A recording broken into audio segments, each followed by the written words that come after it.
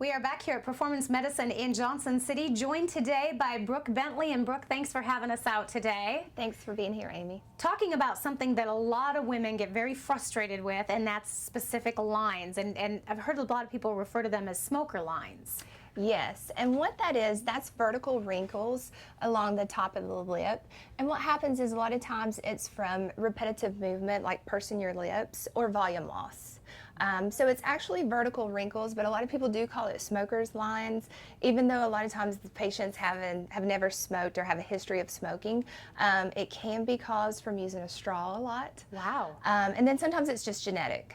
Okay, so there could be multiple reasons that you get these. Exactly. But the good news is we can get rid of them, or at least diminish them a little bit. So talk to me a little bit about what we can do. We can. You know, it's best if the patient can come in early so that we can begin the treatment process early before they get really deep.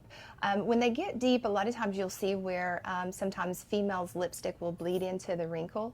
But for treatment options, there's a few different things you can do. One, you can insert some Botox around the muscle.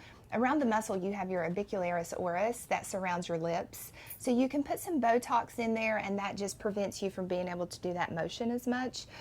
You can use some filler in there. Most of the time, I like to inject Restylane in there to replace volume loss.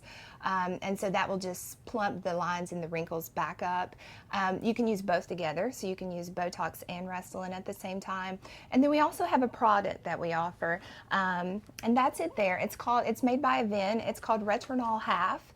And what it is, it has your retinol in there, and retinol actually works on fine lines and wrinkles, any kind of aging process with spots or anything like that.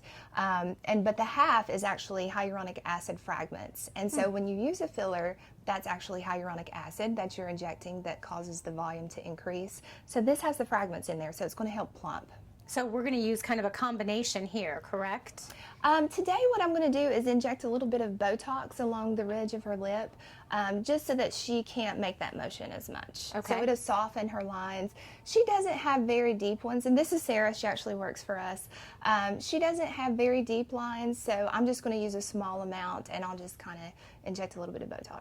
Okay, and you're going to show us exactly how you do that. And you said for something like this, do you normally numb a patient, or? I do. I numb, just a topical numbing agent, just because the lips can be a little sensitive. Okay.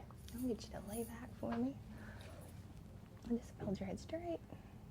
So with her, I'm just going to inject right along the line.